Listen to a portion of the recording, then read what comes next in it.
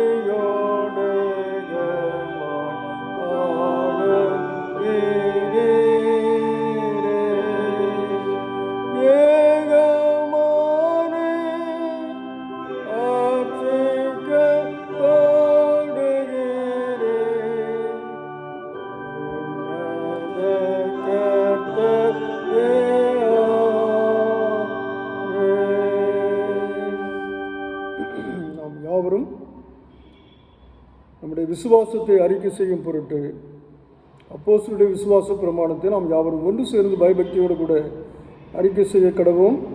வானத்தையும் பூமியும் படைத்த சர்வ வல்லமையுள்ள பிதாவாகிய தேவனை விசுவாசிக்கிறேன்.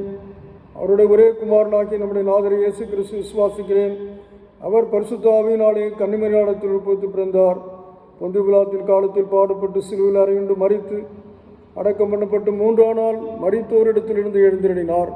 பரலோகத்துக்கேறி சர்வ வல்லமையுள்ள பிதாவாகிய கடவுளுடைய வலது பார்சத்திலே வீற்றிருக்கிறார். அவ்விடத்திலிருந்து உயிருள்ளோரையும் மரித்தோரையும் நியாயம் தீர்க்க வருவார். பரிசுத்த ஆவியானவரை விசுவாசிக்கிறேன். பொதுவாக இருக்கிற பரிசுசபையும் பரிசுத்தவான்களுடைய ஐக்கியமும் பாவ மன்னிப்பும் சரீர உயிர்த்தெழுதலும் நித்திய ஜீவனும் உண்டென்று விசுவாசிக்கிறேன். ஆமேன்.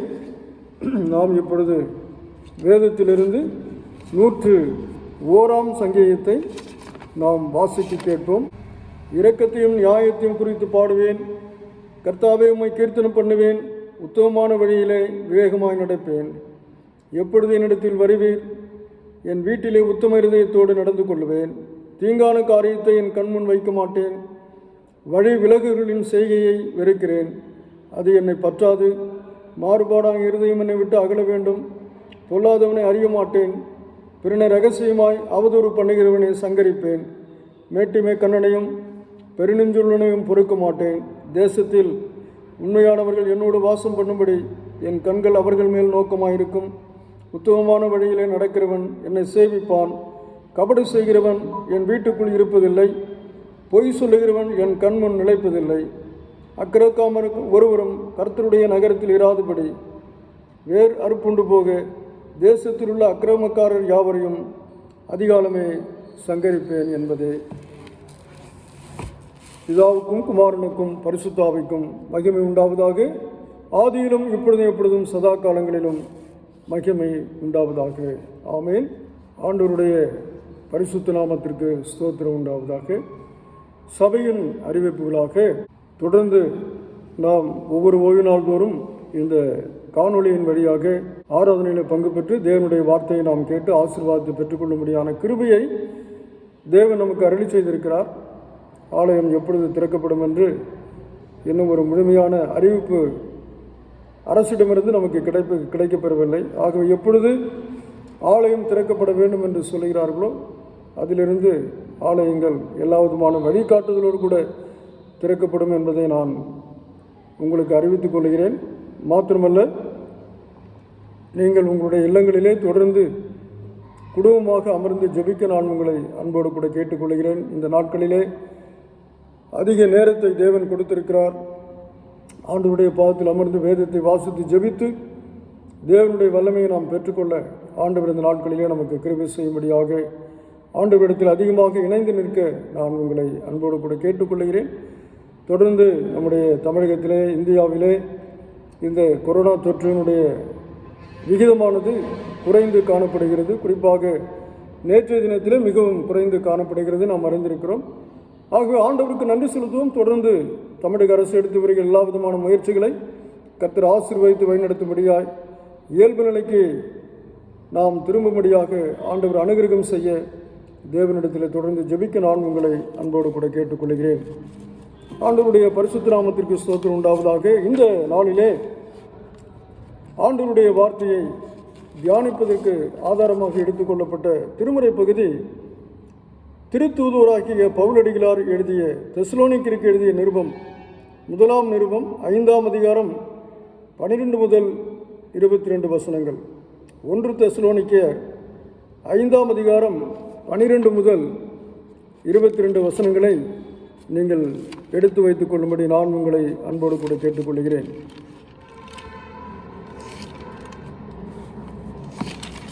ஆண்டவருடைய பரிசுத்த நாமத்திற்கு ஸ்தோத்திரம் உண்டாவதாக. கடந்த 2 ஆண்டுகள் நெருங்கி கொண்டிருக்கிறது. இந்த நிலைப்பாட்டிலே ஒட்டுமொத்தமான உலகத்தையும் நாம் சந்தித்து வருகின்ற, இதன் மூலமாக பலவிதமான இழப்புகளை ஏற்படுத்தி கொண்டிருக்கிற இந்த கொரோனா தொற்று அகில உலகம் முழுவதும் ஒட்டுமொத்தமான அளவிலே பார்க்கும்போது 40 லட்சம் மக்கள் இறந்து விட்டதாக நேற்றைய புள்ளி விவரம் கூறுகிறது. ஒட்டுமொத்தமான உலகத்திலே 40 லட்சம் மக்கள் இந்த கொரோனா தொற்றுக்கு பலியாயிருக்கிறார்கள். குறிப்பாக நம்முடைய தமிழ்நாட்டிலே இன்றைய புள்ளி விபரப்படி 30,835 மக்கள் இந்த தொற்றின் மூலமாக மரணித்திருக்கிறார்கள் என்பது புள்ளி விவரம் நமக்கு சொல்லுகிறது. முதல் அலை வரும்பொழுது அது எங்கேயோ தூரமாக நடந்தது. சமாதானத்திற்கு குறைவான காரியங்கள் எல்லாம் தூரமாக நடந்தது. அதிலே நமக்கு அதிகமாக ஒன்றும் தெரியவில்லை. ஆனால் இந்த 2ஆம் அலை தொற்றிலே இந்த பாதிப்பு நம்முடைய வீட்டிற்குள் நடந்திருக்கிறது, நம்முடைய வீட்டு வாசற்படியில் நடந்திருக்கிறது, நம்ம வீட்டுக்கு எதிரிலே நடந்திருக்கிறது.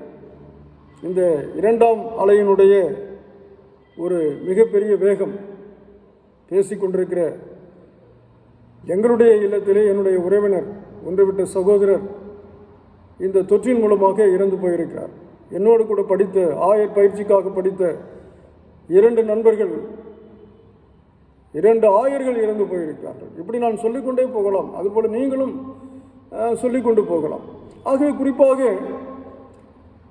கிறிஸ்தவ வட்டாரத்திலே, குறிப்பாக இறை மக்கள் என்ன பேசுகிறார்கள் என்று சொன்னால், இவையெல்லாம் ஆண்டவர் வருவதற்கான அடையாளங்கள். வேதத்தில் சொல்லப்பட்ட இந்த அடையாளங்கள் எல்லாம் இன்றைக்கு நிறைவேறி கொண்டிருக்கிறது. ஆண்டவர் சீக்கிரமாக இந்த உலகத்திற்கு வரப்போகிறார் என்ற இந்த வார்த்தையானது கிறிஸ்தவ வட்டாரத்திலே மிக அழுத்தமாக பேசப்படுகின்ற ஒரு நிலைப்பாடாகும். ஆண்டவர் வரப்போகிறார் என்பது உண்மை. அவர் எப்பொழுது வருவார் என்று உங்களுக்கும் எனக்கும் தெரியாது. வேதம் தெளிவாக சொல்லுகிறது, பிதா ஒருவர் தவிர அந்த நாழியையும் அந்த நேரத்தையும் ஒருவரும் அறிய முடியாது என்று தெளிவாக வேதத்தில் வாசிக்கிறோம். ஆண்டவர் வருவார் என்பது உண்மை. அவருடைய வருகை திருடனை போல இருக்கும் என்று வேத வசனம் சொல்லுகிறது. ஆகவே அதற்கு நேரத்தையும் காலத்தையும் தேதியும் நம்மால் குறிக்க முடியாது. அப்படி சொல்வோம் என்று சொன்னால் நாம் வேத புரட்டர்கள் என்பதை நாம் தாழ்மையாக ஒத்துக்கொள்ள வேண்டும். வேதம் அதற்கு இடமளிக்கவில்லை. அந்த நேரத்தை மட்டும் ஆண்டவர் மட்டுமே அறிந்திருக்கிறார். ஆகவே 2000 ஆண்டுகளுக்கு முன்பதாக இந்த நிலைதான் இருந்து வந்தது. குறிப்பாக வாசிக்கப்பட்ட திருமறை பகுதி தெசலோனிக்கேயின் நிருபம், இந்த முதல் கடிதத்திலே பார்க்கும் பொழுது, தெசலோனிக்கே பட்டணத்தில் இருக்கக்கூடிய திருச்சபை விசுவாசிகள் என்ன செய்தார் என்று சொன்னால், இயேசு சுவாமி சீக்கிரம் வரப்போகிறார் அப்படின்னு சொல்லி அன்றைக்கி அவங்க பேசிக்கிட்டாங்க. ஆகவே அவர்கள் யாரும் வேலை செய்வது கிடையாது. எல்லாரும் சோம்பேறித்தனமாக வீட்டிலே அமர்ந்திருந்தார்கள். இதை கேள்விப்பட்டத பவுல் இந்த திருமுகத்தை அவர்களுக்கு எழுதுகிறது நாம் பார்க்கிறோம். 2000 ஆண்டுகளுக்கு முன்பிருந்தே ஆண்டவர் வரப்போகிறார், ஆண்டவர் வரப்போகிறார் என்ற இந்த பேச்சானது இன்று வரையிலும் ஓடிக்கொண்டிருக்கிறது. அவர் வரட்டும், எப்பொழுது வேண்டுமானாலும் வரட்டும். ஆகவே நான் செய்ய வேண்டிய பணிகளை, நான் செய்ய வேண்டிய வேலைகளை நான் ஒழுங்காக செய்ய வேண்டும். கடவுள் எதற்காக என்னை அழைத்திருக்கிறார், எதற்காக என்னை தெரிந்து கொண்டிருக்கிறார் என்ற அந்த நிலைப்பாட்டை நாம் மனதில் கொண்டவர்களாக தேவராஜ்யத்தை கட்டுகின்ற பணியில நாம் முன்னேறி செல்ல வேண்டும். ஆகவே தான் அப்போஸ்தலனாகிய பவுல் இந்த தெசலோனிக்கே திருச்சபைக்கு எழுதக்கூடிய 2வது கடிதத்தில் அவர் தெளிவாக எழுதுகிறார். என்ன எழுதுகிறார் என்று சொன்னால், வேலை செய்யாதவன் சாப்பிடக்கூடாது. நீங்கள் வேலை செய்யாமல் சும்மா உட்கார்ந்தீங்கன்னா சாப்பிடக்கூடாது. அது வேதத்தின்படி தவறான ஒரு காரியம். ஆகவே நீங்கள் யாவரும் வேலை செய்ய வேண்டும், உங்களுடைய கடன்களை நீங்கள் பார்க்க வேண்டும் என்று சொல்லி அவர் மிக தெளிவாக எழுதுகிறதை நாம் பார்க்கிறோம். ஆகவே அருமையான தேவனுடைய பிள்ளைகளே, ஆண்டவர் வரப்போகிறார் என்று நாம் சொல்லிக்கொண்டு நாம் நிர்விசாரமாக இருந்துவிடக்கூடாது. ஆண்டவர் நமக்கு கொடுக்கப்பட்ட பொறுப்புகளை நாம் சிறப்பாக செய்ய வேண்டும். ஆகவே இந்த கடிதமானது பவுலின் 2வது மிஷனரி பயணத்திலே கொரிந்து பட்டணத்திலிருந்து அவர் இந்த கடிதத்தை எழுதுகிறதாக நாம் பார்க்கிறோம். கிபி 50 அல்லது 51வது ஆண்டு இந்த கடிதத்தை அவர் எழுதியிருக்கலாம். ஆகவே இந்த கடிதத்தினுடைய முக்கியமான நோக்கம் என்ன? வாசிக்கப்பட்டதான இந்த திருமறை பகுதியில் பார்க்கும் பொழுது 5ஆம் அதிகாரம் 12 முதல் 22 வசனங்கள் நாம் எடுத்துக்கொள்வோம். இந்த கடிதத்தினுடைய இறுதி அதிகாரமாகிய இந்த 5ஆம் அதிகாரத்தினுடைய பின்பகுதியில் சில பொதுவான அறிவுரைகளை பவுல் கூறுகிறது நாம் பார்க்கிறோம். இயேசு கிறிஸ்து வருகிறார் என்பது உண்மை, அதில் எந்த விதமான மாற்றம் இல்லை. ஆனால் நீங்கள் செய்ய வேண்டிய காரியங்கள் என்ன? அதுதான் மிக முக்கியமான காரியம். எதையும் செய்யாமல் இருப்போம் என்று சொன்னால் நாம் பாவத்தை நாம் கூட்டி சேர்த்து கொள்ளுகிறோம். ஆகவே இந்த 12ஆம் வசனத்திலிருந்து 22ஆம் வசனம் வரை நாம் பார்க்கும் பொழுது அதை 3 பிரிவாக நான் பிரிக்க விரும்புகிறேன். முதலாவது, ஊழியரை கனம் பண்ணுகின்ற வாழ்வு. 2வது, நம்மை சுற்றி இருக்கிற மக்களை கனம் பண்ணுகின்ற வாழ்வு. 3வது, நம்மையே கனம் பண்ணுகின்ற ஒரு வாழ்க்கையை பற்றி தான் இங்கே பவுல் சொல்லுகிறது நாம் பார்க்கிறோம். 12ஆம் வசனம் 13ஆம் வசனம் என்ன சொல்லுகிறது? அன்றியும் சகோதரரே, உங்களுக்குள்ளே பிரயாசப்பட்டு கர்த்தருக்குள் உங்களை விசாரணை செய்கிறவர்களாக இருந்து உங்களுக்கு புத்தி சொல்லுகிறவர்களை நீங்கள் மதித்து அவர்களுடைய கிரியைகளின் நிமித்தம் அவர்களை மிகவும் அன்பாய் எண்ணிக்கொள்ளும்படி உங்களை வேண்டிக் கொள்ளுகிறோம். உங்களுக்குள்ளே சமாதானமாயிருங்கள்.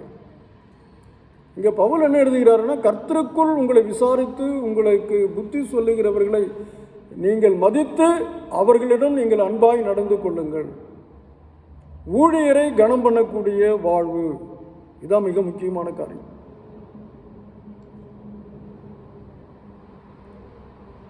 உதாரணமாக நம்முடைய மாவட்ட ஆட்சியரிடத்திலிருந்து அவர் கையொப்பமிட்டு ஒரு கடிதம் வந்தால் அந்த கடிதத்தை நாம் மிக ஒரு முக்கியமான கடிதமாக நாம் பார்க்கிறோம். அந்த கடிதத்தில் சொல்லப்பட்ட காரியங்களை செய்வதற்கு நம்மை உடனடியாக நாம் ஆயத்தப்படுத்தி விடுகிறோம். அந்த கடிதத்திற்கு நாம் மரியாதை கொடுக்கிறோம். அதில் செயல்படுவதற்கான வழிமுறைகளை தெரிந்து கொள்ள நாம் பிரயத்தனப்படுகிறோம். அதை காட்டிலும் மேலாக பரிசுத்த ஆவியானவரால் எழுதப்பட்ட இந்த திருமறை அது எவ்வளவு முக்கியத்துவம் வாய்ந்தது. ஆகவே இதை கொண்டு போதிக்கிற பரிசுத்தவான்களை நீங்கள் மதித்து நீங்கள் அவர்களிடத்திலே அன்பாய் இருக்க வேண்டும் என்று வேதம் சொல்லுகிறது. ஒருவேளை இந்த கொரோனா காலத்திலே 2 மாதங்கள் ஆயராகி நான் உங்களுடைய இல்லத்திற்கு வர முடியவில்லை. இந்த காணொலியின் மூலமாக மட்டுமே நான் உங்களோடு கூட பேச வேண்டியதாக இருக்கிறது. ஆனால் ஒவ்வொரு நாளும் ஆண்டவருடைய வார்த்தை நம்மோடு கூட பேசுகிறது. ஆண்டவர் நம்மோடு கூட இடைபடுகின்றார். அப்போ இங்கே வார்த்தையானது கடவுளுடைய சார்பாக பிரதிநிதியாக செயல்பட்டு கொண்டிருக்கிறது. The word of God is a representative on the behalf of the Almighty God. தேவனுடைய வார்த்தை வல்லமையுள்ள தேவனின் சார்பாக பிரதிநிதியாக அது செயல்பட்டு கொண்டிருக்கிறது. ஆகவே அருமையானவர்களே, ஒவ்வொரு நாளும் இந்த வேதத்தை வாசிக்கும் பொழுது ஆண்டவர் நம்மோடு கூட பேசுகிறார். இவருடைய ஊழியர் நேரடியாக பேசாவிட்டாலும் ஒவ்வொரு நாளும் கர்த்தர் நம்மோடு கூட பேசுகிறார். ஆண்டவர் நம்மோடு கூட பேசுகிறார். அப்போ ஆண்டவர் நம்மோடு பேசும் பொழுது இந்த வார்த்தையை நாம் எந்த அளவுக்கு மரியாதை கொடுத்து அதை அன்போடு ஏற்றுக்கொள்ளுகிறோம், இதுதான் முக்கியமான காரியம். இங்கே 12-13 வசனங்களில் சொல்லப்படுகிறது, கர்த்தருக்குள் உங்களை விசாரிக்கிற ஊழியர்களிடத்திலே மதித்து அவர்களிடத்தில் அன்பு செலுத்த வேண்டும் என்று வேதம் சொல்லுகிறது. அப்போ வார்த்தை என்பது கடவுளால் நமக்கு கொடுக்கப்பட்ட ஒரு பிரதிநிதி. ஆகவே தான் கீர்த்தனையிலே நாம் அருமையான பாடல் சத்திய வேதத்தை தினம் தியானி என்று சொல்லி பக்தன் அருமையான ஒரு பாடலை எழுதி வைத்திருக்கிறார். இதனுடைய அர்த்தம் என்ன? ஒவ்வொரு நாளும் நாம் வேதத்தை வாசிக்க வேண்டும், அதற்கு நம்மை அர்ப்பணிக்க வேண்டும், அந்த வேதத்தின் மீது நம்முடைய அன்பை செலுத்த வேண்டும், செயல்பட வேண்டும். ஆகவே அருமையான தேவனுடைய பிள்ளைகளே, இந்த வார்த்தையை நாம் எந்த அளவுக்கு மதிக்கிறோம், எந்த அளவுக்கு இந்த வார்த்தையை நாம் ஏற்றுக்கொண்டு செயல்படுகிறோம் என்பது மிக முக்கியமான ஒரு காரியம். ஆகவே தான் இந்த 12-13 வசனங்களிலே சொல்லப்படுகின்ற முக்கியமான காரியம், ஊழியரை கனம் பண்ணுங்கள். ஊழியர் மூலமாக சொல்லப்படுகின்ற வார்த்தைகளை கனம் பண்ணுங்கள். தேவனிடத்திலிருந்து வரக்கூடிய வார்த்தையை மதிக்க கற்றுக்கொள்ளுங்கள், அன்போடு அதை ஏற்றுக்கொள்ளுங்கள். அப்போ வார்த்தை என்பது ஒரு ஊழியக்காரரை போல ஒவ்வொரு நாளும் நம்மோடு கூட பேசிக்கொண்டிருக்கிறது. ஏன்னா வார்த்தை, நான் ஏற்கனவே சொன்னது, வார்த்தை ஒரு பிரதிநிதி, கடவுளால் அனுப்பப்பட்ட ஒரு ரெப்ரசன்டேட்டிவ். அதை மறந்து போய்விடக்கூடாது. ஒரு காலத்தில் நாம் எப்படியோ இருந்தோம். எபேசியர் 2ஆம் அதிகாரத்தில் வாசிக்கிறோம், அக்கிரமங்களினாலும் பாவங்களினாலும் மரித்து கிடந்த நம்மை அவர் உயிர்ப்பித்தார். தொடர்ந்து எபேசியர் 2:14-15 வாசிக்கும் பொழுது, இந்த உலகத்திலே நம்பிக்கையற்றவர்களாய், தேவனற்றவர்களாய், இஸ்ரவேலுடைய காணியாட்சிக்கு புறம்பானவர்களாய் நாம் காணப்பட்டோம். கிருபையினாலே விசுவாசித்துக் கொண்டு ரட்சிக்கப்பட்டீர்கள். இது உங்களால் உண்டானதல்ல, இது தேவனுடைய ஈவு. இப்படி இருந்த நம்மை ஆண்டவர் இன்றைக்கு தூக்கி எடுத்து ஆண்டவர் மேன்மைப்படுத்தியிருக்கிறார். ஒரு உன்னதமான இடத்தில் ஆண்டவர் கொண்டு வந்து வைத்திருக்கிறார். இதுதான் நமக்கு சிறப்புக்குரிய காரியம். அப்போ இந்த சிறப்புக்குரிய காரியத்தை பெற்றுக்கொண்ட நாம், இந்த காரியம் எப்படி வந்தது? ஆண்டுடைய வார்த்தையை கேட்டு விசுவாசித்து அதை ஆழமாய் உணர்ந்தபடியினால் எனக்குள்ள இந்த மாற்றம் வந்தது. அப்படிப்பட்ட அந்த வார்த்தையை நாம் எந்த அளவுக்கு மதித்து தொடர்ந்து அந்த வார்த்தையின் மீது அன்பு கொண்டு இருக்கிறோம், தேவனுடைய அன்பிலே எந்த அளவுக்கு நாம் ஆழமாய் நிலை பெற்றிருக்கிறோம். ஏனென்றால் இன்றைக்கு நம்முடைய நிலைமை மாறிவிட்டது. பழைய நிலைமை இல்லை. ஒருவன் கிறிஸ்துவுக்குள் இருந்தால் புதிய சிருஷ்டியாக இருக்கிறான், பழையவைகள் எல்லாம் ஒழிந்து போனே, எல்லாம் புதிதாயின. அப்போ இப்படிப்பட்ட ஒரு டிரான்ஸ்ஃபர்மேஷன், இப்படிப்பட்டதான ஒரு பெரிய மாற்றுருவாக்கம் இந்த வார்த்தையின் மூலமாக நமக்கு ஏற்பட்டிருக்கிறது. பாருங்கள், வியாழக்கிழமை அன்று நம்முடைய தமிழக முதல்வர் அவர்கள் பாரத பிரதமரை பார்க்கும்படியாக அவர்கள் கடந்து சென்றார்கள். அது எல்லாருக்கும் தெரிந்த விஷயம். அதை ஊடகத்திலே நாம் பார்த்திருக்கலாம். பிரியமானவர்களே, இன்றைக்கு ஆட்சியில் இருக்கக்கூடிய இந்த திராவிட முன்னேற்றக் கழகம் எதிர்க்கட்சியாக இருந்த பொழுது பிரதமர் அவர்கள் தமிழ்நாட்டிற்கு வரும்பொழுது இதே இன்றைக்கு இருக்கக்கூடிய ஆளுங்கட்சி தான் அன்றைக்கு கோபேக் மோடி என்று சொல்லி சுவரொட்டிகளை எல்லாம் அழைத்து ஒட்டினார்கள், கருப்பு கொடி பிடித்தார்கள். அப்படிப்பட்ட முதல்வர் தான் வியாழக்கிழமை அன்று நம்முடைய பாரத பிரதமரை அவர் சந்தித்திருக்கிறார். ஏன்னா ஆட்சிக்கு வருவதற்கு முன்பதாக நாம் எதையும் செய்திருக்கலாம், எப்படியும் இருந்திருக்கலாம். ஆனால் இன்றைக்கு பொறுப்பில் வந்துவிட்டோம். ஒரு பொறுப்புள்ள இருக்கையிலே அவர் அமர்ந்திருக்கிறார். இது மிக முக்கியமான காரியம். ஆனால் அன்றைய காலகட்டத்தை விட இன்றைய காலகட்டத்தில் தான் மக்கள் மிகவும் கவனிப்பார்கள் நம்ம.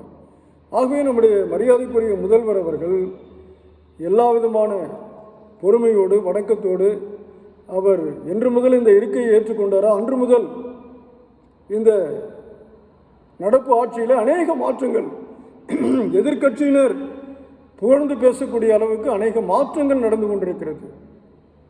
என்ன பார்த்து சொல்கிறார்? எதிர்க்கட்சி நண்பர்களை பார்த்து, எதிர்க்கட்சியெல்லாம் ஒன்றும் கிடையாது, எல்லாம் இந்த இயக்கத்திலிருந்து தான் நீங்கள் பிரிந்து போனீர்கள், ஆகவே நாம் யாவரும் ஒரே அன்பிற்குள் தான் காணப்படுகிறோம் என்று எதிர்க்கட்சி நண்பரிடத்திலே நம்முடைய முதல்வர் அவர்கள் சொல்லியிருக்கிறார்கள். அது மாத்திரமல்ல, டெல்லிக்கு அவர்கள் பிரயாணப்பட்டு போகும் பொழுது எதிர்க்கட்சி நண்பர்கள் ஒருவேளை நினைத்திருக்கலாம், ஒருவேளை பாரத பிரதமர் அவர்கள் இவருக்கு போதுமான வரவேற்பு கொடுக்காமலும் போகலாம், அல்லது நல்ல ரெஸ்பான்ஸ் கொடுக்காமல் கூட போகலாம் என்று ஒருவேளை நினைத்திருக்கலாம். ஆனால் அவையெல்லாம் முற்றிலுமாக மாறிப்போன விஷயங்கள்.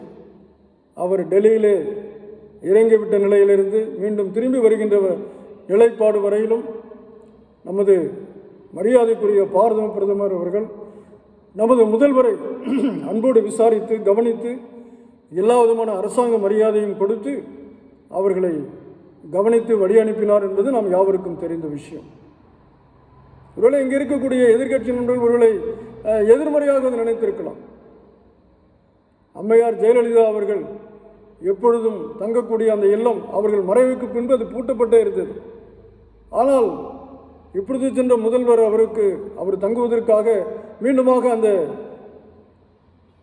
அந்த வீட்டை நன்றாக அலங்கரித்து சுத்தம் செய்து அன்று இரவுதான் அவர்களும் அருமையான ஒரு துணைவியாரும் அங்கே தங்கினார் என்று பார்க்கிறோம். ஆகவே எதிர்க்கட்சியாக இருந்தபோது இருந்த நிலைமை இப்பொழுது கிடையாது. ஏனென்றால் இப்பொழுது பொறுப்புள்ள இருக்கையில் அவர்கள் இருக்கின்றபடியினால் அதற்கு ஏற்ற விதமாக அவர்கள் நடந்து கொள்வதற்கு தங்களை ஆயத்தப்படுத்தி விட்டார்கள். பாருங்கள், அம்மா உணவகத்தில் போய் ஆளுங்கட்சியினர் ஏதோ அந்த படத்தெல்லாம் தூக்கி போட்டாங்க.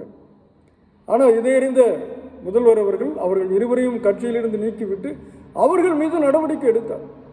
ஏனென்றால் எனக்கு பொறுப்புள்ள நாற்காலியிலே அவர்கள் அமர்ந்திருக்கிறார்கள். ஆகவே அதுபோல தான். ஏன் இந்த உதாரணத்தை சொல்லுகிறேன் என்று சொன்னால், ஒரு காலத்தில் நம்ம எப்படியோ வாழ்ந்தோம், அக்கிரமணத்தினாலும் பாவத்தினாலும் மரித்து கிடந்தோம். இன்றைக்கு ஆண்டவர் நம்ம உயிர்ப்பித்தார். ரட்சிப்பு என்கின்ற ஒரு மேன்மையை நமக்கு தேவன் கொடுத்திருக்கிறார். அப்போ இந்த மேன்மையை நாம் பாதுகாத்துக் கொள்ள வேண்டும் என்று சொன்னால், அந்த மேன்மையை நாம் தக்க வைத்துக் கொள்ள வேண்டும் என்று சொன்னால், கடவுளுடைய வசனத்தை சொல்லுகின்ற பிரதிநிதிகளை நீங்கள் மதித்து அவர்களை அன்போடு கூட ஏற்றுக்கொள்ள வேண்டும். அதுதான் அங்கே தாவீது சொல்லுகிறார், நான் அவருடைய பிரமாணங்களை தள்ளி போடவில்லை, அவருடைய கட்டளைகளை நான் தள்ளி போடவில்லை. ஆகவே அருமையான தேவனுடைய பிள்ளைகளே, ஊழியரை கனம் பண்ணுகின்ற வாழ்க்கையை நாம் வாழ கற்றுக்கொள்ள வேண்டும். கடவுளுடைய வார்த்தை என்ன சொல்லுகிறது? 1 சாமுவேல் 2:30 வாசிக்கிறோம், என்னை கனம் பண்ணுகிறவர்களை நான் கனம் பண்ணுவேன். இந்த வார்த்தையை நாம் அன்போடு ஏற்று இந்த வார்த்தை என்ன சொல்லுகிறதோ அதன்படி நாம் செயல்படும் பொழுது ஆண்டவர் அந்த வார்த்தைக்குரிய கனத்தின் மூலமாக நம்மை கனப்படுத்துவார். ஆகவே இந்த நாட்களில் ஒரு தீர்மானத்திற்குள்ளாக வருவோம். ஆண்டவருடைய ஊழியர்கள், தேவனுடைய வார்த்தை, தேவனுடைய பிரதிநிதியாக வரக்கூடிய யாராக இருந்தாலும் அவர்கள் மூலமாக ஆவியானவர் கொண்டு வருகின்ற தேவனுடைய வார்த்தையை அன்போடு கூட மதித்து அதை ஏற்றுக்கொள்வேன் என்ற ஒரு உறுதிப்பாட்டை கனம் பண்ணுகின்ற, தேவனை கனம் பண்ணுகின்ற ஒரு போக்கு நிலையை நம்முடைய வாழ்க்கையில் இன்னும் ஆழ்மைப்படுத்திக் கொள்ள இந்த காலை நேரத்தில் பரிசுத்த ஆவியானவர் உங்களையும் என்னையும் அன்போடு கூட கேட்டுக்கொள்கிறார். இரண்டாவதாக, பிறரை கனம் பண்ணக்கூடிய வாழ்க்கை. 14ஆம் வசனம் 15ஆம் வசனம் அதில் பாருங்கள், புத்தி சொல்லுங்கள், தேற்றுங்கள், தாங்குங்கள், நீடிய சாந்தமாயிருங்கள், தீமை செய்ய வேண்டாம், நன்மை செய்யுங்கள் என்று சொல்லி பலவிதமான ஆலோசனைகளை இங்கே சொல்லுகிறார். ஆகவே நாம் இந்த சமுதாயத்தில் நாம் வாழும் பொழுது இப்படிப்பட்ட ஒரு நன்மையான பண்பு நலன்களோடு கூட வாழ வேண்டும். இந்த கொரோனா தொற்றிலே நாம் வாழ்ந்து கொண்டிருக்கிறோம்.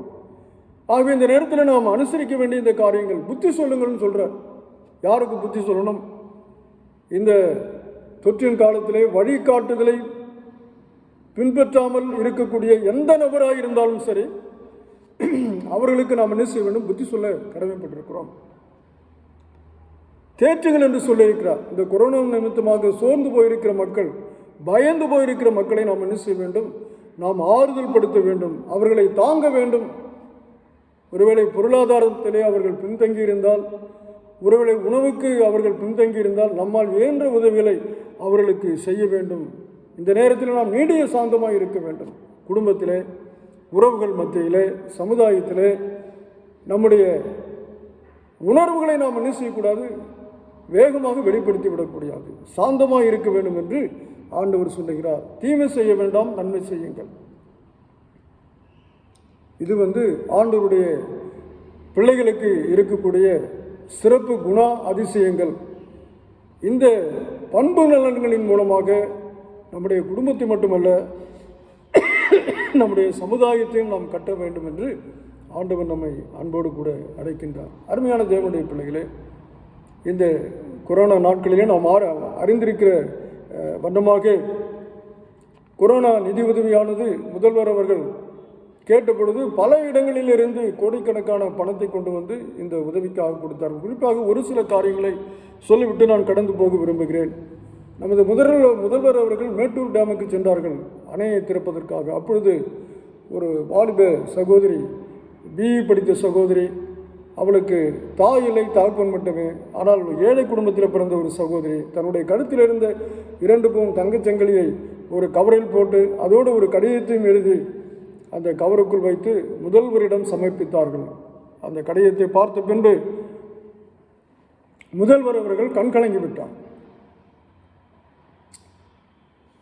ஒரு சில நாட்களிலேயே அந்த அருமையான சகோதரிக்கு ஒரு தனியார் கம்பெனியிலே அந்த அருமையான சகோதரிக்கு பணி நியமனம் முதல்வர் அவர்களால் செய்யப்பட்டது என்பது சிறப்புக்குரிய காரணம். பாருங்கள், ஒரு ஏழ்மையான குடும்பத்தின் பின்னணியில் இருந்து வந்த அந்த அருமையான வாலிப சகோதரி இந்த கொரோனா நிதிக்காக தன்னுடைய தன்னிடத்தில் இருந்த அந்த ஒரே அந்த தங்க செயினை இந்த நிதிக்காக கொடுத்துருக்கு. அது மட்டுமல்ல, ஒரு வாரத்திற்கு முன்பதாக திருப்பூரில் ஒரு அருமையான தம்பதியர், புதுமண தம்பதியர், திருமணத்திற்காக சேர்த்து வைத்திருந்த 37 லட்சம் ரூபாயை இந்த கொரோனா நிதிக்காக கொடுத்திருக்கிறார்கள். அவர்களுடைய திருமணம் எளிமையாக நடந்தது. அது மட்டுமல்ல, சிறுவர்கள் கொடுத்த இந்த நிதி நிலைமையிலே 1 கோடி ரூபாயை தாண்டிவிட்டது என்று முதல்வர் அவர்கள் கூறினார்கள். இதெல்லாம் நமக்கு எல்லாருக்குமே தெரியும். காசு எல்லாத்தையும் இருக்குது, ஆனால் கொடுக்க மனம் வர வேண்டுமே. சொல்லுங்கள் பார்க்கலாம். ஆகவே இந்த சூழ்நிலையிலே நாம் புத்தி சொல்ல வேண்டும், நாம் தேற்ற வேண்டும், நாம் தாங்க வேண்டும், நாம் சாந்தமாக இருக்க வேண்டும், தீமை செய்யக்கூடாது, நன்மை செய்ய வேண்டும். ஆகவே அருமையான தேவனுடைய பிள்ளைகளே, இந்த தொற்று வந்தது நல்லது என்றுதான் நாம் சொல்ல வேண்டும். ஒருவேளை மரணத்தின் செய்திகள் நமக்கு வேதனை தருவக்கூடியதாக இருக்கலாம். நம்முடைய சொந்த பந்தங்களை இழந்திருக்கலாம், நண்பர்களை இழந்திருக்கலாம், உறவுகளை இழந்திருக்கலாம், சமுதாயத்தில் இருக்கக்கூடிய ஒரு சிலரை நாம் இழந்திருக்கலாம். உண்மைதான். ஆனால் இங்கே பவுல் சொல்லுகிறார், எல்லாவற்றிலேயும் ஸ்தோத்திரம் செய்யுங்கள், எல்லாவற்றிலேயும் நன்றி கூறுங்கள். Give thanks to God in all circumstances. ஆண்டவர் நன்றி சொல்ல வேண்டும் என்று சொல்கிறார். ஏனென்றால் இதுதான் ஆண்டவருடைய சித்தமாக இருக்கிறது. கிறிஸ்து இயேசுவுக்குள் வழியாக இது ஆண்டவருடைய சித்தமாக இருக்கிறது இல்லையா? நாம் ஒரு சில நேரங்களில் நம்முடைய உயர் அதிகாரிகளிடத்திலே ஒரு சில காரியங்களை நாம் கொண்டு சொல்லுகிறோம். ஒருவேளை இது தனிப்பட்ட காரியமாக இருக்கலாம், அல்லது வேற எந்த காரியமாக இருக்கலாம். ஒருவேளை அந்த அதிகாரி அவர்கள் நாம் பார்க்காத ஒரு காரியத்தை அவர்கள் சொல்லுகிறார்கள்.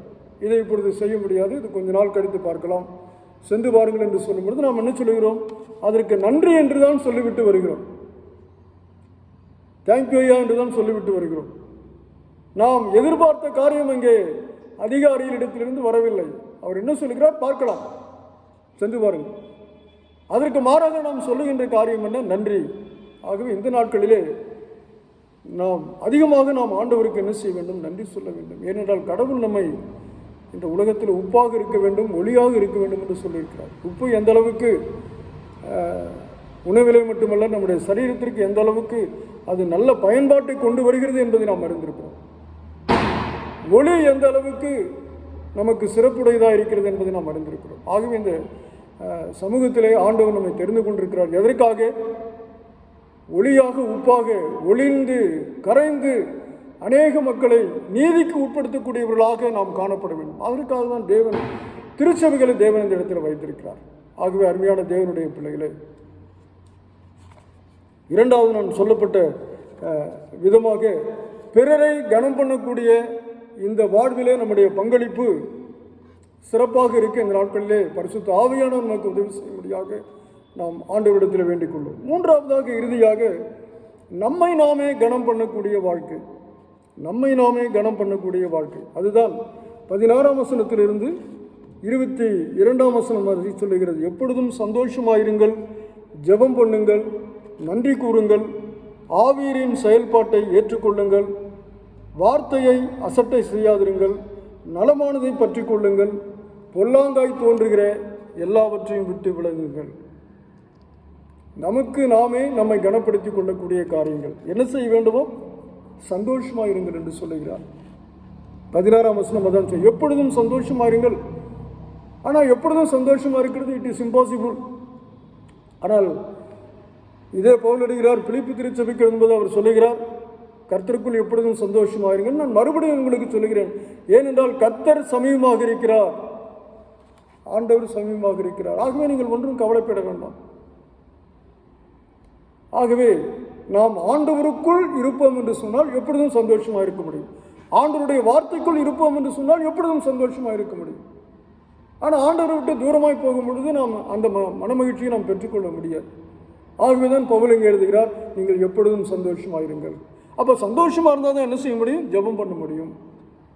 ஜெபம் பண்ணுங்கள். அடுத்ததாக வரக்கூடியது நன்றி கூறுங்கள். எல்லாவற்றிலும் நன்றி கூறுங்கள். அது நன்மையான காரியமாக இருக்கட்டும், தீமையான காரியமாக இருக்கட்டும், எல்லாவற்றிலும் நாம் ஆண்டவருக்கு நன்றி சொல்லுவோம். ஏன்னா சகலம் நன்மைக்கு ஏதுவாய் நடக்கிறது என்று வேதவசனம் சொல்லுகிறது. ஆவியருடைய செயல்பாட்டை ஏற்றுக்கொள்ள வேண்டும். பரிசுத்த ஆவியானவருடைய செயல்பாடுகளை நாம் அசட்டை செய்யாதபடிக்கு அதை முழுமையாக நாம் ஏற்றுக்கொள்ள தேவன் நம்மை அன்போடு கூட கேட்டுக்கொள்கிறார். நலமானதை பின்பற்றுங்கள், வார்த்தையை அசட்டை பண்ணாதீர்கள். அதான் மிக முக்கியமான காரியம். தீர்க்க தரிசனங்களை அற்பமாக எண்ணாதீர்கள். தீர்க்க தரிசனம் என்பது என்ன? கடவுளுடைய வார்த்தை. நீதிமொழிகளில் சாலமோன் தான் எழுதுகிறார், தீர்க்க தரிசனம் இல்லாத இடத்தில் ஜனங்கள் சீர்கட்டு போவார்கள். அப்படின்னா அர்த்தம் என்ன? கடவுளுடைய வார்த்தை எந்த இடத்துல இல்லையோ அந்த இடத்திலே மக்களுடைய வாழ்வு சிதைந்து போய்விடும். அதான் மிக முக்கியமான காரணம். தேவனுடைய வார்த்தை எந்த இடத்துல இல்லையோ அந்த இடத்திலே மக்களுடைய வாழ்வு சிதைந்து போய்விடும்.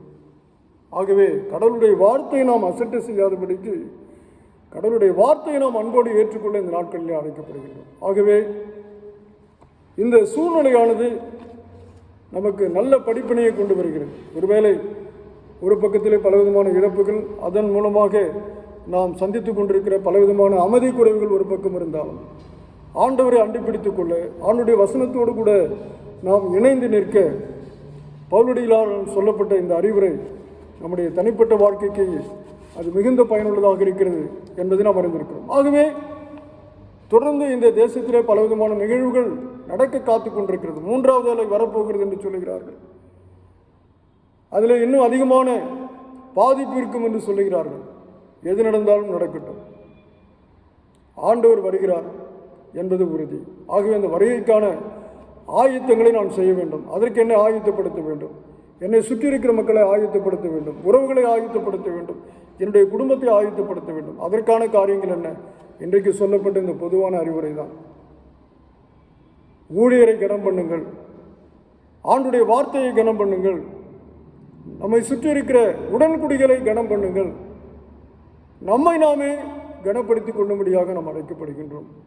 இறுதியாக பவுல் சொல்லுகின்ற வார்த்தை, பொல்லாங்காய் தோன்றுகிற எல்லாவற்றையும் விட்டு விலகுங்கள். பொல்லாங்காய் தோன்றுகிற எல்லாவற்றையும் விட்டு விலகுங்கள்.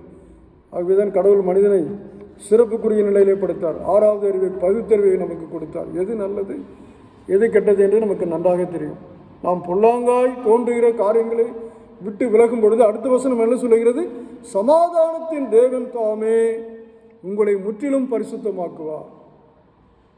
பொல்லாங்காய் தோன்றுகிற காரியங்களை விட்டு விலகும் பொழுது சமாதானத்தின் ஆண்டவர் நம்மை பரிசுத்தப்படுத்துவார். ஆகவேதான் பவுல் பிலிப்பியருக்கு எழுதும்போது கூட 4ஆம் அதிகாரத்தில் அவர் சொல்லுகிறார், 9ஆம் வசனத்தில், ஒழுக்கம் உள்ளவைகளோ, கற்புள்ளவைகளோ, நீதி உள்ளவைகளோ, சமாதானம் உள்ளவைகளோ அவைகளையே சிந்தித்துக் கொண்டிருங்கள், அப்பொழுது சமாதானத்தின் தேவன் உங்களோடு கூட இருப்பார் என்று தெளிவாக எழுதுகிறதை பார்க்கிறோம். ஆகவே தேவனுடைய பிள்ளைகள், நான் ஏற்கனவே சொன்ன விதமாக நம்முடைய முதல்வர் அவர்களை நான் நமக்கு முன் உதாரணமாக வைத்துக் கொண்டேன். எதிர்கட்சியாக இருக்கும் பொழுது அவர் எப்படி இருந்தாரோ, ஆனால் இன்றைக்கு பொறுப்பில் வந்த பிறகு அவருடைய செயல்பாடுகள் எல்லாம் முற்றிலுமாக மாறிவிட்டது. எல்லாரும் வேக்கம் பண்ணக்கூடிய அளவில் அவர்கள் தன்னுடைய செயல்பாட்டை அவர்கள் செய்து கொண்டிருக்கிறார்கள். ஆகவே பழைய நாட்களில் நாம் எப்படியும் இருந்திருக்கலாம், மனம் போல் வாழ்ந்திருக்கலாம், எதையும் செய்திருக்கலாம். ஆனால் ஆண்டவர் ரட்சித்து நம்மை மேன்மையான இடத்திற்கு கொண்டு வந்திருக்கிறார். we are the responsible people. நாம் இன்றைக்கு பொறுப்புள்ள மக்களாய் நாம் இருக்கிறோம். அப்போ பொறுப்புள்ள மக்கள் என்ன செய்ய வேண்டும், எதை செய்ய வேண்டும், அதுதான் மிக முக்கியமான காரியம். அப்படி செய்யும் பொழுது சமாதானத்தின் ஆண்டவர் இந்த நாள் மட்டுமல்ல, எந்த நாளிலும் அவர் நம்மோடு கூட இருந்து அவர் நம்மையும், நம்முடைய குடும்பத்தையும், நம்முடைய திருச்சபையும், நம்ம சுற்றி இருக்கிற சமுதாயத்தின் மக்களையும், நம்முடைய தேசத்தையும் அவர் காத்து வழிநடத்துவார் என்பது தேவனுடைய வார்த்தையாக இருக்கிறது. இந்த வார்த்தைக்கு நம்மை அர்ப்பணிக்க ஆண்டவர் நமக்கு கிருபை செய்வாராக. ஆமென். ஆராதனைக்கு இறுதியாக 217வது கீர்த்தனையை பாடுவோம். அன்பே பிரதானம்.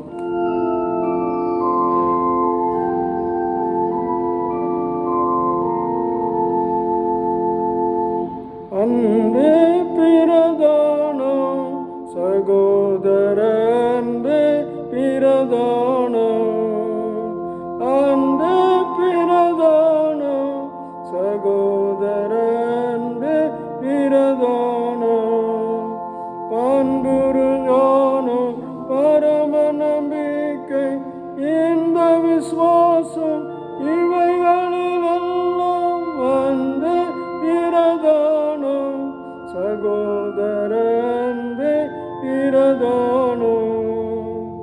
பல பல பாஷை படித்தறிந்தாலும் கலகல வேண்டும் கைமணியாமே அந்த பிரதானம் சகோதரன் பிரதானம். என் பொருள் யாவும் ஈந்தளித்தாலும் அன்பில்லையானால் அதில் பயனில்லை அந்த பிரதானம் சகோதரன் பிரதானம்.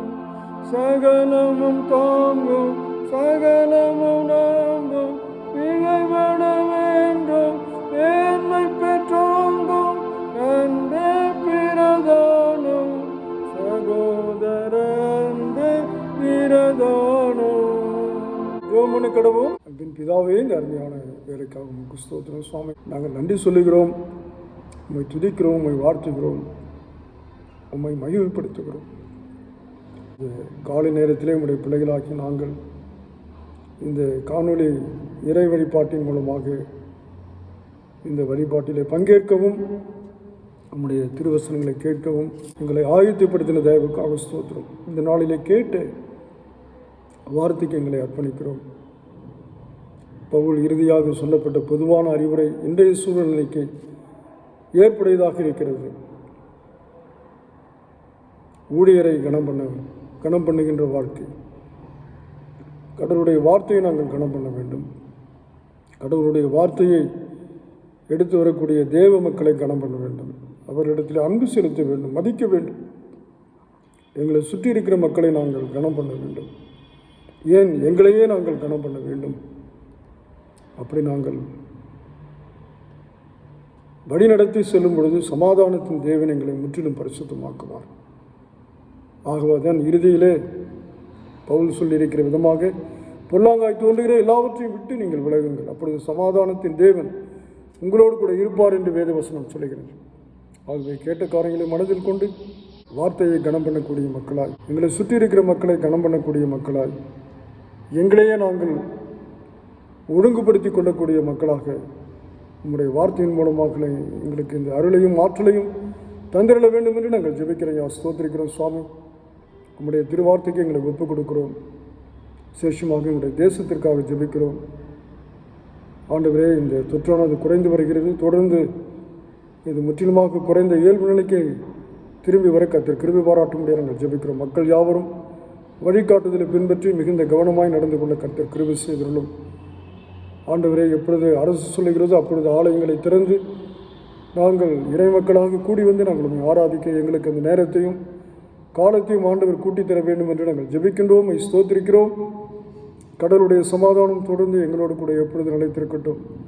இந்த இறை வழிபாட்டிலே பங்கு பெற்ற ஒவ்வொருவரையும் தனித்தனியாக குடும்பமாக பெயராக கர்த்தர் ஆசீர்வதியும். கடந்த நாளில் எங்களை விட்டு சென்று அருமையான ஜேடி மனோகரன் அவர்களுக்காக, அவருடைய துணைவியாருக்காக உங்களுடைய சமூகத்தில் வருகிறோம். பெற்றோரை இழந்த அருமையான குடும்பத்தின் மக்களுக்கு உங்களுடைய ஆறுதலையும் சமாதானத்தையும் ஆண்டவர் கட்டளையிடும்படியாக நாங்கள் ஜெபிக்கிறோம். இந்த கொரோனா தொற்றின் காலத்திலே எங்களை விட்டு கடந்து போன எங்களுடைய உறவுகள், நண்பர்கள், ஆண்டவரை தெரிந்த மக்கள் எல்லாரையும் நாங்கள் நினைவு கூறுகிறோம்.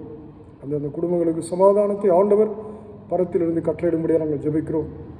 நீர் சீக்கிரமாக வரப்போகிறீர் என்பது வேதம் சொல்லுகின்ற உண்மையாக இருக்கிறது. உங்களுடைய வருகைக்கு எங்களை ஆயத்தப்படுத்தும், தகுதிப்படுத்தும். அதற்கான காரியங்களை செய்வதற்கு இந்த நாளிலே பெற்றுக்கொண்ட ஆலோசனைகளின்படி நாங்கள் வழிநடக்க எங்களுக்கு உதவி செய்துள்ளோம். இயேசு கிறிஸ்துவின் மூலம் வேண்டிக் கொள்கிறோம் எங்கள் மகா பரிசுத்தமுள்ள நல்ல பிதாவே, ஆமேன். நமது ஆண்டவராகிய இயேசு கிறிஸ்துவனுடைய கிருபையும் பிதாவாகிய தேவனுடைய அன்பும் பரிசுத்த ஆவியானவருடைய ஐக்கியம் வழிநடத்திலும் இன்றுமென்றும் சதா நாட்களிலும் அனைவரோடும் எப்பொழுதும் தங்கியிருப்பதாக. ஆமேன். என் ஆத்துமாவே கர்த்தரை ஸ்தோத்திரி, என் முழு உள்ளவருடைய பரிசுத்த நாமத்தை ஸ்தோத்திரி. என் ஆத்துமாவை கர்த்தரை ஸ்தோத்திரி, அவர் செய்த சகல உபகாரங்கள் மறவாதே. ஆமேன். ஆண்டவர் உங்களை ஆசீர்வதிப்பதாக. மீண்டுமாக அடுத்த காணொலியில் சந்திக்கும் வரை கடவுளுடைய பெரிதான ஆசீர்வாதம் நம்மோடு இருந்து நம்மை ஆசீர்வதிக்க தூய ஆவியானவர் கிருபை செய்வாராக. ஆமேன்.